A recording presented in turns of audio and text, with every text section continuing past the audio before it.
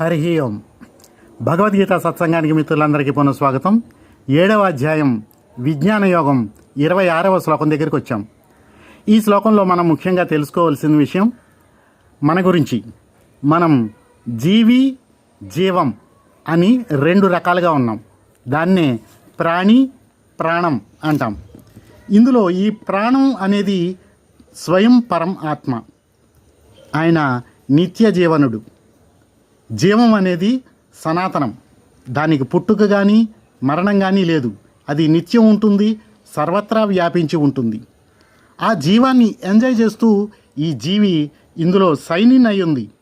కొంతకాలం తర్వాత sign out అయిపోతుంది ఆ డేటాని బట్టి.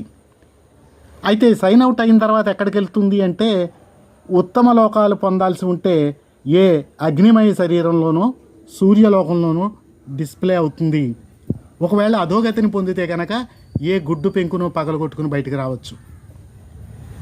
అయితే ఇది సైన్ అవుట్ అయిపోయిన తర్వాత కూడా జీవం ఆ దాని పని కొనసాగిస్తుంది. ఎందుకంటే బాడీ డీకంపోజ్ అవ్వడం, 5 మెటీరియల్స్ వెళ్ళి ఆ పంచభూతాల్లో మెర్జ్ అయిపోవడం లాంటివి జరుగుతాయి. ఈ ప్రాసెస్ అంతా ప్రకృతిలో జరిగిపోతుంది. అది జీవం వల్ల జరుగుతుంది. పరమాత్మ తనను తాను సంకల్పించుకుని అలా చేసుకుపోతుంటారు.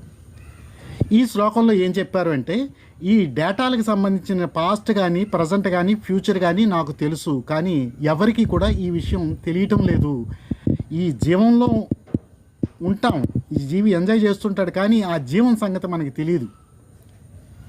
అది తమో గుణంలో మ్యూట్లోకి వెళ్ళిపోతుంటాం, రజోగుణంలో యాక్టివ్లోకి వస్తాం, సత్వగుణం వల్ల ఎంజాయ్ చేస్తుంటాం, కానీ ఆ జీవం యొక్క పట్టు మనకి దొరకడం లేదు. బందీలుగా ఉండి ఈ జీవి ఈ ప్రయాణాన్ని కొనసాగిస్తున్నాడు. దాన్ని ఈ శ్లోకంలో ఏం చెప్పారంటే, వేదాహం సమతీతాని వర్తమానాని చ అర్జున భవిష్యాని చ భూతాని మాంతు వేద నా కశ్చన. ఎవరికి కూడా తెలీదు, నాకైతే తెలుసు.